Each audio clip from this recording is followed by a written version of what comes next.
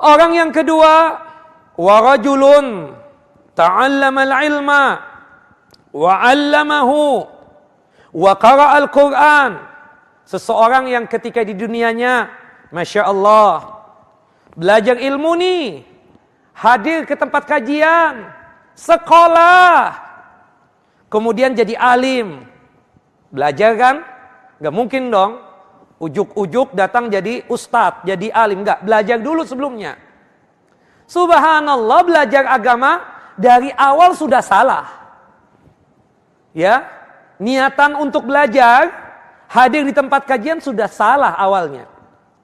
Ditunjukkan seseorang belajar ilmu agama, kemudian dia Masya Allah, Allah anugerahkan kepintaran, dia paham tentang ilmu agama. Kemudian dia menjadi ustadz, menjadi imam, menjadi kiai, menjadi tuan guru, menjadi syekh. Dia ajarkan itu ilmu agama yang dia belajar.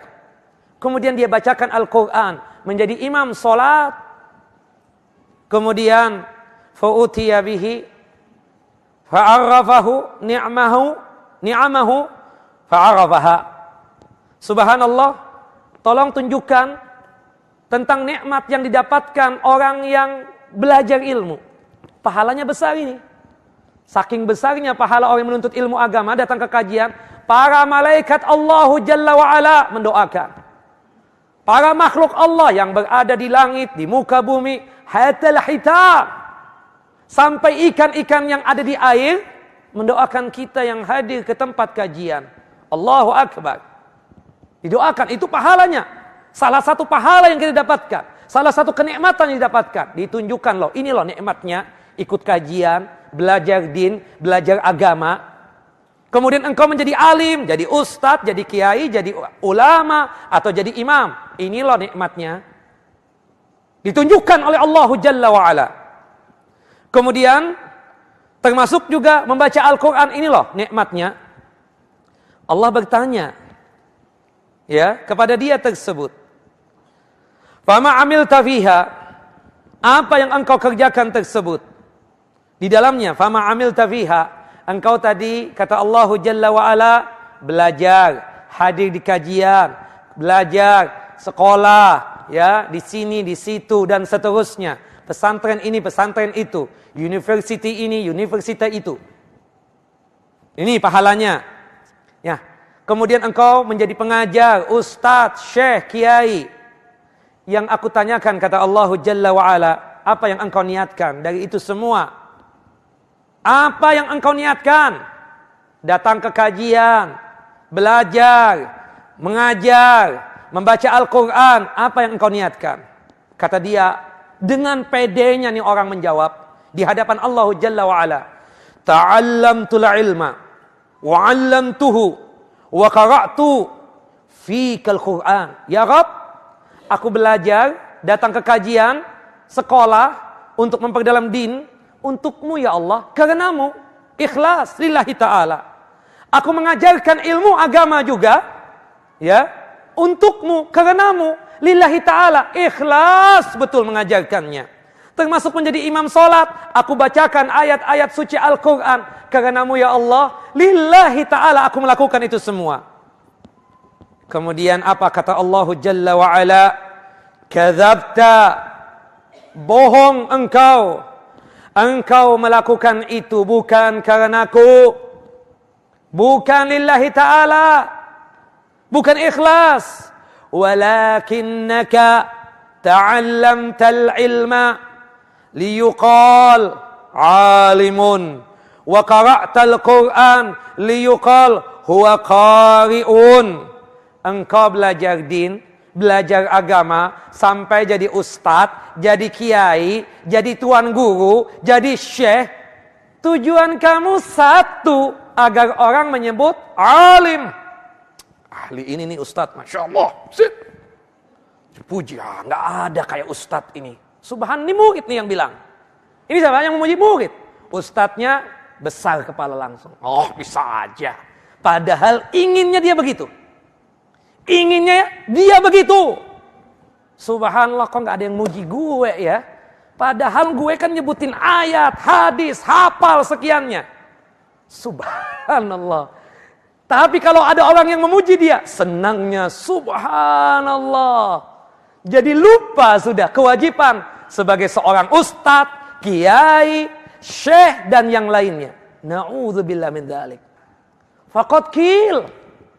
Telah engkau dapatkan itu. Gelar ini, gelar itu. Subhanallah, disebut engkau syekh, alim, masya Allah, tuan guru. Awas ya, kalau nggak bilang ustadz, cuma bilang si fulan langsung nama, gue nggak bakalan nengok. Berarti sudah ada lain niatan. Meskipun, ikhwan, jangan sampai nanti, jangan ya, takut nanti kalau kita bilang ustadz dia jadi riak nanti, atau syekh besar atau apa ini. Jangan juga, akhirnya bilang har, pik, ya kan? Jadi seram juga kita, nggak ada akhlak akhirnya kan, nggak ada etika. Ini cuma sekedar penghormatan. Tapi suatu saat misalnya dia tersebut ada sesuatu hal yang mungkin yang lebih tua, yang kebetulan dia kenal. Nih si pulang kecilnya siapa? Biasa menyebut, ya wajarlah dia menyebutkan nama langsung. Wajar. Tapi kalau kita sebagai penghormatan, penghargaan tidak menjadi masalah. Tapi innamal a'malu binniyat. Subhanallah. Makanya para alim itu subhanallah kalau disebut dipuji oleh moderator fulan, begini lurus, begini dan seterusnya. Kadang menangis syekh. Ini memang betul-betul tulus kan? Menangis ya. Cukup, jangan disebutkan kata syekh. Kadang begitu. Tapi kalau kita enggak disebutkan gelar saja sudah komplain. Gue belajar lama-lama nih kelas S3 nih, doktornya ditulis dong. Subhanallah. Kan ada manusia begitu. Padahal itu cuma sekedar penyebutan doang. Yang penting kita menyampaikan ikhlas lillahi ta'ala. Makanya kata Al-Imam Ibnu Qayyim rahimahullah, tidak ada yang lebih susah buat kita ini sebagai pengajar, sebagai orang yang menyampaikan ilmu, berdakwah, termasuk semuanya secara umumnya beribadah, kecuali jihad melawan agar kita ini tidak syirik.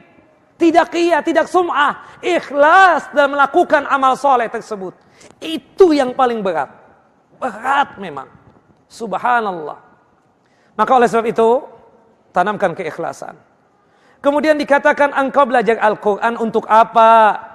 Fika ya Rab, di jalanmu ya Rab, karenamu ya Allah. Kata Allah, kadzabta walakinnaka ya qara'tal Quran liyuqal annaka qari.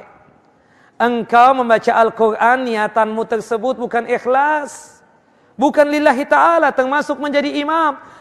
Tujuan kamu menjadi imam, tujuan kamu membaca Al-Quranul Karim, tujuannya tidak lain liyuqal annaka qari, agar engkau ya disebut oleh manusia sebagai orang yang ahli dalam masalah membaca Al-Quran. Faqad qil, dikatakan itu oleh manusia. Masya Allah ya, antum suaranya kayak Syekh Abdurrahman Sudes. Alhamdulillahi Rabbil Alamin. Setiap kali jadi imam ada yang muji sudah nih. Dipas-pasin. Subhanallah. Masya Allah ya suara antum. Masya Allah. Anak Adam kalau antum yang jadi imam. Hatta 5 juz. Anak gak bakalan bergerak. Asal antum jadi imam.